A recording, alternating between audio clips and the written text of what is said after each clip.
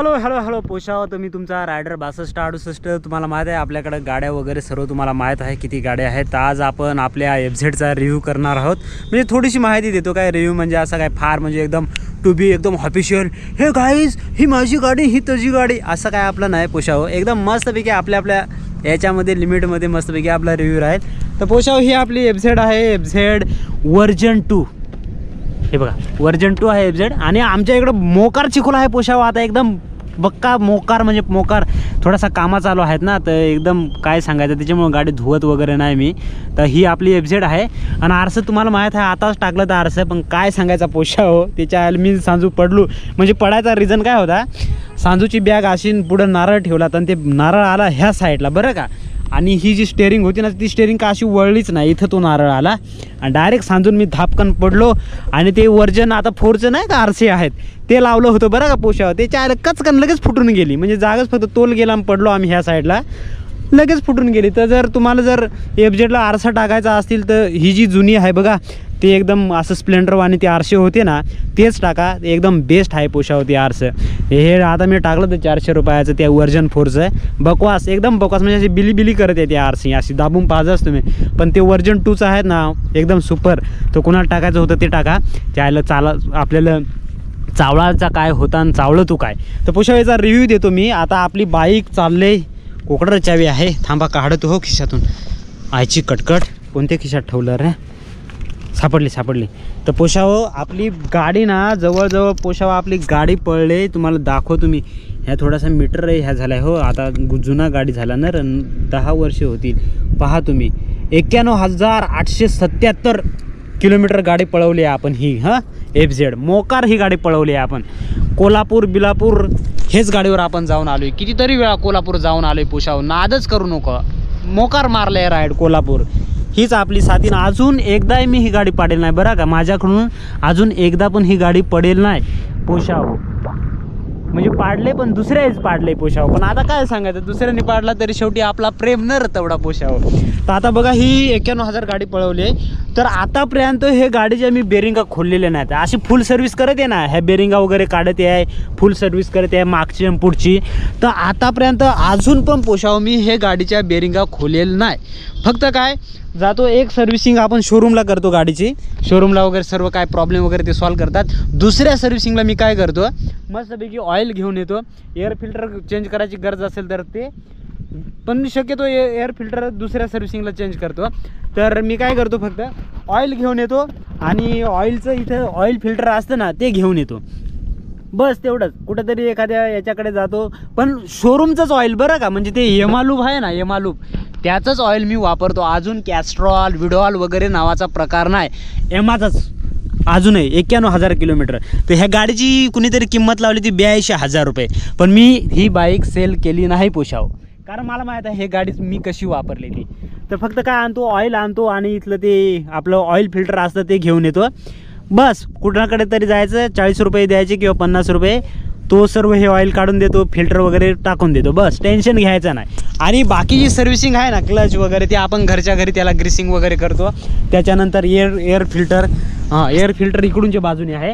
हे पॅनल काढायचा हा कचकन. हा पॅनल काढला की एअर फिल्टर बाहेर येतं. मस्तपैकी असा खटाखटा आपटून घ्यायचा. म्हणजे हळू सावकाश क्लीन करून टाकायचा धूळ वगैरे, कचकनमध्ये टाकायचा, लावून घ्यायचा. बस एवढंच करायचं आहे, दुसरं काहीच नाही. गाडीला असा गाडीचा पण खर्च नाही पोशाव, म्हणजे काहीच खर्च नाही. च्या मायची कटकटन. टायर पुढचे 2 वेळा चेंज केले आणि मागचे जे आहेत ना मागचे 3 चेंज झालेत. म्हणजे एक MRFचा पहिला जो होता तो आपण चालवला, त्याच्यानंतर मी सिएटचा टाकला नाही, त्याच्यानंतर MRFचाच टाकला मी. पण त्याला काय झालं ॲक्च्युली तो जो टायर होता ना त्याला असा बबल आला, असं मागून एकदम मोठा बबल आला. त्याच्यामुळे तो काही जास्त चालला नाही आणि सिएटचा टाकला.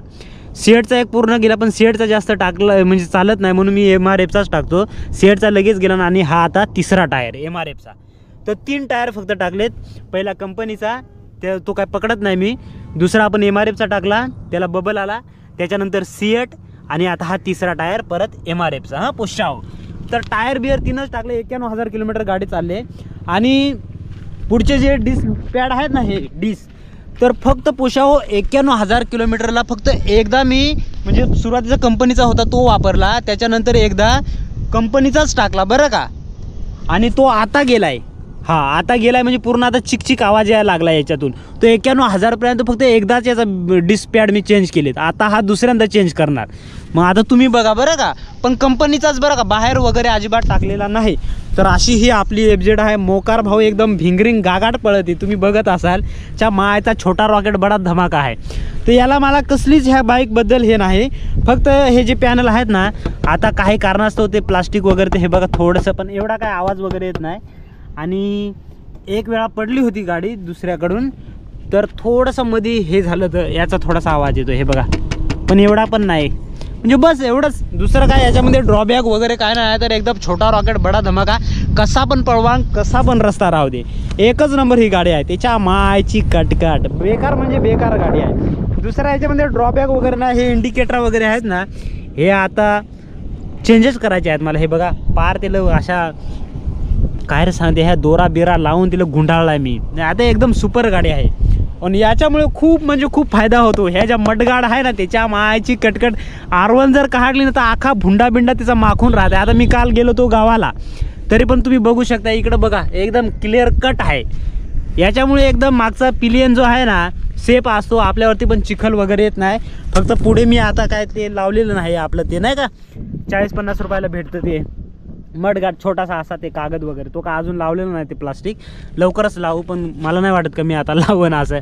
बस तेवढंच. आणि एकदा मी फक्त याचे सॉकअप्सरचं काम केलं आहे बरं का.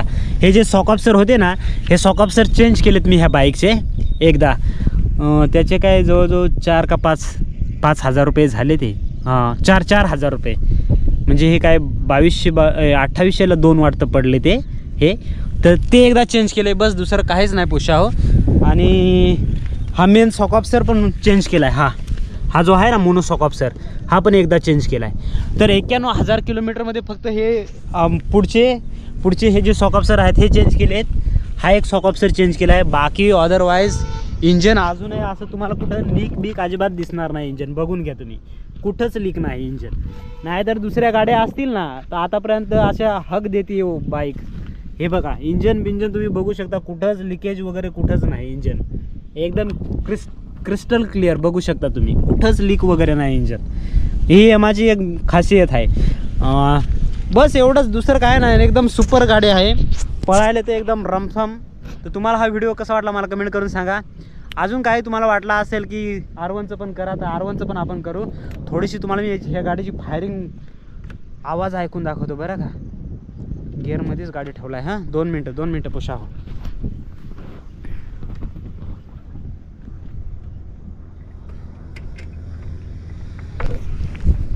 तर थोडीशी फायरिंग मी ऐकवतो तुम्हाला कशी आहे फायरिंग. हे बघा आता बघा कसा आवाज येईल. दंग दंग दंग दंग दंग.